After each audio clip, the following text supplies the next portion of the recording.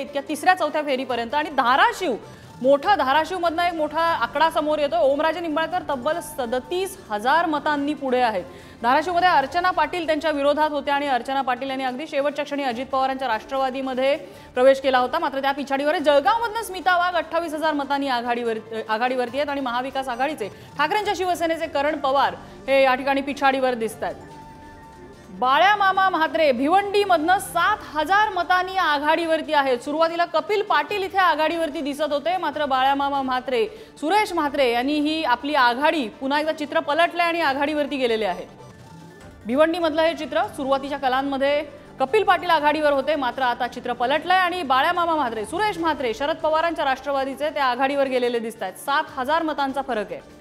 त्याच्यामुळे नम्रता म्हणजे पहिल्या एका तासातला, पहिल्या अर्धा तासातला आणि शेवटच्या अर्धा तासातला आपण बघितलं तर जी रेंज गाठलेली होती आता हे कल सेटल होताना दिसत आहेत। 292 आणि 220 असं संपूर्ण देशाचं चित्र आहे, तर राज्यामध्ये 27 मविया आणि 20 महायुती असं चित्र आहे। वेगवेगळ्या मतदारसंघातले अपडेट्स आणि त्यातले 8 ते 9 जागा अशा आहेत ज्या ठिकाणी 5,000 पेक्षा सुद्धा कमी मतांच्या आघाडीने काटेकी टक्कर सुरू असल्याचं दिसतं आहे।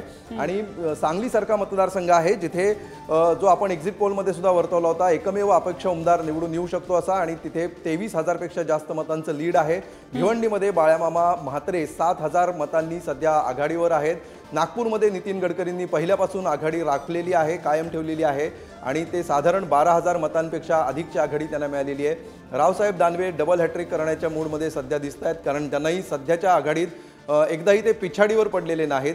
मात्र कोकणात, रत्नागिरी सिंधुदुर्गात मात्र एकदम काटेकी टक्कर सध्या सुरू आहे। केवळ 30 मतांच्या आघाडीवर विनायक राऊत आहेत आणि कोकणामध्ये जोपर्यंत 20,000च्या वर हा आकडा जात नाही लीडचा, तोपर्यंत आपल्याला त्याला काटेकी टक्कर असंच म्हणावं लागेल। अगदी इकडे दिंडोरीमध्ये भाजपला फटका बसतोय। विद्यमान केंद्रीय मंत्री आणि तिथला विद्यमान खासदार भारती पवार या पिछाडीवरती आहेत आणि तसा अंदाजही आलेला होता। भास्कर भगरे हे इथे त्यांचा विजय होऊ शकतो असे एक्झिट पोलचे कल सांगत होते आणि चित्र सध्या तसंच दिसतंय।